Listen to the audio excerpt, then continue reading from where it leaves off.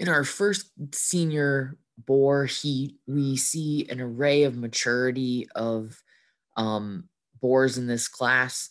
We're going to start off with the boar that's not only showing some signs of maturity, but also has the most quality from nose to tail. He's the widest at the ground and comes at us with an incredible amount of width and expressiveness. That's going to be boar number 45 is going to start off this class. The tan boar 47 comes in second as he is sound and stout featured, but he's definitely lacking the muscle dimension and expression and the bone that we see in the winner of this heat.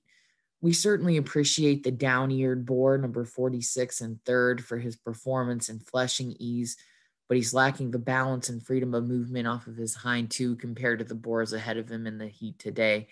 We're going to conclude the class with the boar that I feel is the youngest and is lacking the maturity to be competitive in this very high quality class.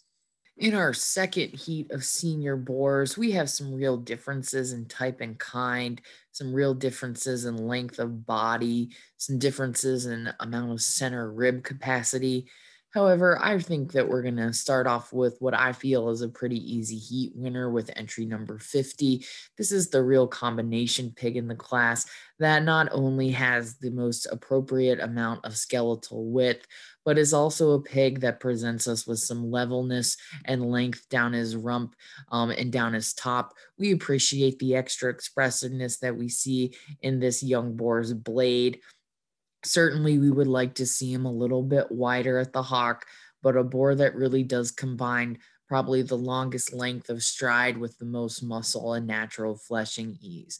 We then go to boar number 49 to place second in this heat, as this white pig really does have a lot of character about its head. We appreciate the stoutness and shape of its muzzle, the jowliness, and the center rib capacity is truly extraordinary on this pretty functional looking boar. We'd like to see a little less steepness to his hip. We'd certainly like to see him with a little bit more natural width to his chest floor as well to be a class winner today. In the third, we have entry number 51. This black and white spotted pig is one that just comes off a little bit more one-dimensional in terms of his rib shape, is lacking some of the expression and dimension in the center and lower portions of his ham, but a long spined pig that certainly has an easy feeding look. We conclude this heat with entry number 48, as I find that this hog is just the one that is lacking the maturity as well as the muscle shape and dimension. We certainly appreciate this red hog for the structural soundness and its ease and athleticism off of both ends of its skeleton. In our final heat of senior boars, we really appreciate the length and the dimension, the masculinity and the ruggedness of all of these entries. But we're going to start off with, again, probably the combination pig in the class, and that's boar number 54 is going to lead us off.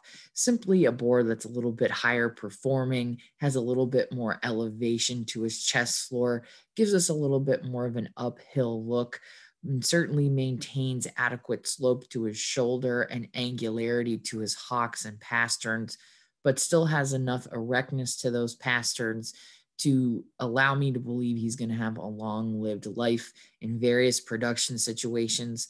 We certainly appreciate the extra length of hip and the depth of body that we see in boar number 53. However, he's lacking a little bit of muscle shape, a little bit of bone, and a little bit of reach out of his front end to be competitive today.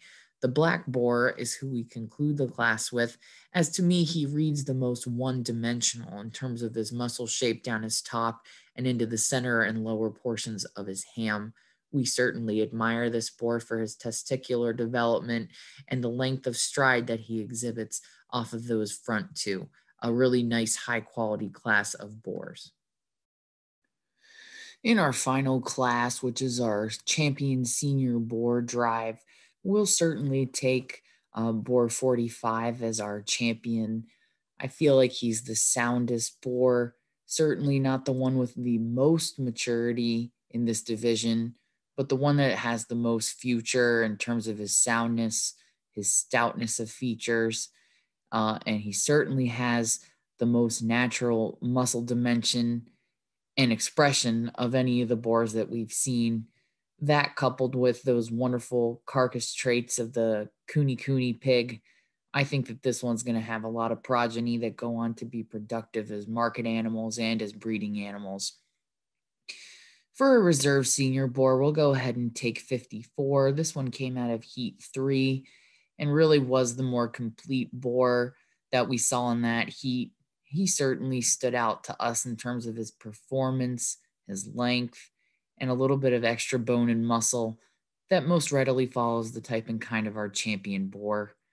I think we can certainly appreciate this pair of boars for their quality, for the amount of true muscle and power that they have, their masculinity, their testicular development, and certainly I think two valuable breeding pieces for any herd.